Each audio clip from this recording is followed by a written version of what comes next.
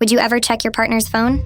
Seems like a simple question, but a shocking 40% of people in relationships admit to snooping through their partner's phone at least once. I never thought I'd be one of them. Wasn't proud of it. Checking someone's phone never feels like a good idea, especially when it's someone you love. But there I was, sitting on the edge of Alex's bed, my heart pounding so hard I could feel it in my throat. His phone sat on the nightstand, screen dark, almost mocking me.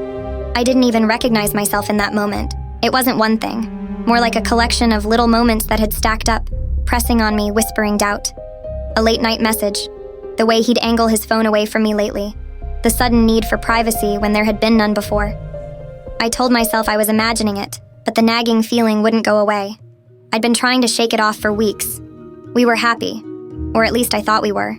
But that little voice inside me, the one I'd been trying to ignore, grew louder. What if something's going on? He was in the shower now, the sound of the water hitting the tiles echoing through the apartment. I had 10, maybe 15 minutes before he'd come back out, completely unaware of the storm brewing in my chest. I stared at the phone, my fingers itching to grab it, but my stomach twisted with guilt. This wasn't who I was it? I took a deep breath and reached for the phone, my hand trembling. There was no passcode, he never had one. Somehow that small detail felt like it should be comforting, but it wasn't. The knot in my stomach tightened. Maybe this would make me feel better. Maybe I was wrong and everything was fine, or maybe I was about to find something I couldn't unsee. The messages were there, waiting for me. I scrolled slowly, my breath catching every time I saw a woman's name. There weren't many, just two names I didn't recognize, Layla and Jenna. My heart sank. I hadn't even opened them yet, but my mind was already filling in the blanks. I clicked on Layla's first. The conversation wasn't long, mostly small talk, casual things like how was your day, and we should grab a drink soon. But the familiarity, the ease in their exchange, felt like a punch to the gut. Why was he talking to her like that? The way she used emojis, a winky face here, a kissy face there, set off alarms in my head. I scrolled back to see how long they'd been texting. Weeks. This wasn't new. A pit formed in my stomach as I shifted to Jenna's messages. They were a little different, longer, more playful. The way they joked back and forth made my chest tighten. Inside jokes I didn't understand, references to nights out that I hadn't been part of. One message stood out. I miss hanging out like we used to. Let's fix that. Like we used to? How long had this been going on? My throat felt dry, and I could barely swallow. My hands were shaking, and I could feel a lump forming in my chest that I couldn't ignore. My mind was racing through every conversation Alex and I had had over the last few weeks. His sudden late meetings, the nights he came home a little too cheerful, and brushed off my questions with vague answers, the way he'd been more protective of his phone. I wasn't imagining it. I tried to rationalize it. Maybe they were just old friends. Maybe I was reading too much into things. But as I scrolled back further, it became harder to hold on to those excuses. There were flirty undertones in some of the messages, subtle, but enough to make my blood run cold.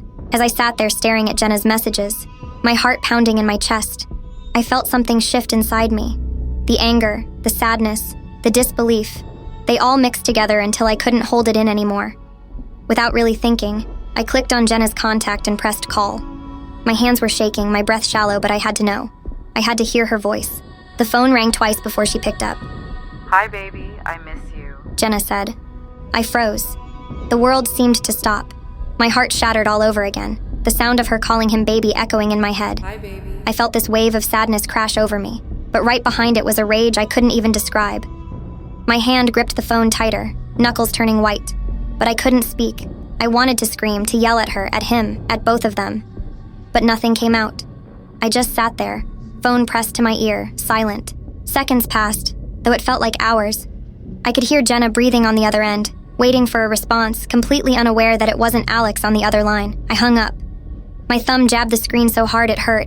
Tears blurred my vision, but they weren't just tears of sadness anymore. It was anger, betrayal. I felt like I'd been punched in the gut and I couldn't breathe. The shower was still running in the background. Alex was in there, oblivious, probably humming to himself like nothing was wrong. But everything was wrong now, and I didn't know what to do next. Weeks passed, and in that time we didn't really talk. He reached out a few times trying to explain, but I couldn't stomach hearing his excuses. We were done, and we both knew it. We didn't even have a big breakup scene. It just fizzled out. But the hole he left in me didn't. The betrayal clung to me like a shadow. Then one day, while I was mindlessly scrolling through social media, there he was, Alex. Smiling, his arm around a girl in every photo.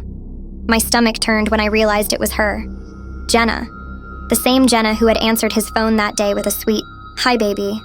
Now she was right there, grinning beside him like nothing had happened, like they'd won.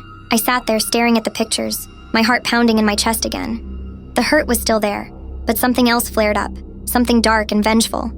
He thought he could break my heart, move on with her, and just get away with it. No, he wasn't going to walk off into the sunset without facing consequences. I wasn't about to let him. He might think he's free, but he has no idea what's coming. I've got time, and I know exactly how to get under his skin. Little by little, I'm going to make sure he regrets ever crossing me. I'm not going to play nice. Not anymore. I'll start slow. Maybe post a few old pictures of us just to remind him what he threw away. Maybe let a few people in his circle know what he's really like. He'll feel it, in his own way, as everything starts to crumble around him. He shattered my heart, but now it's my turn. He doesn't know it yet, but I will make his life a living hell.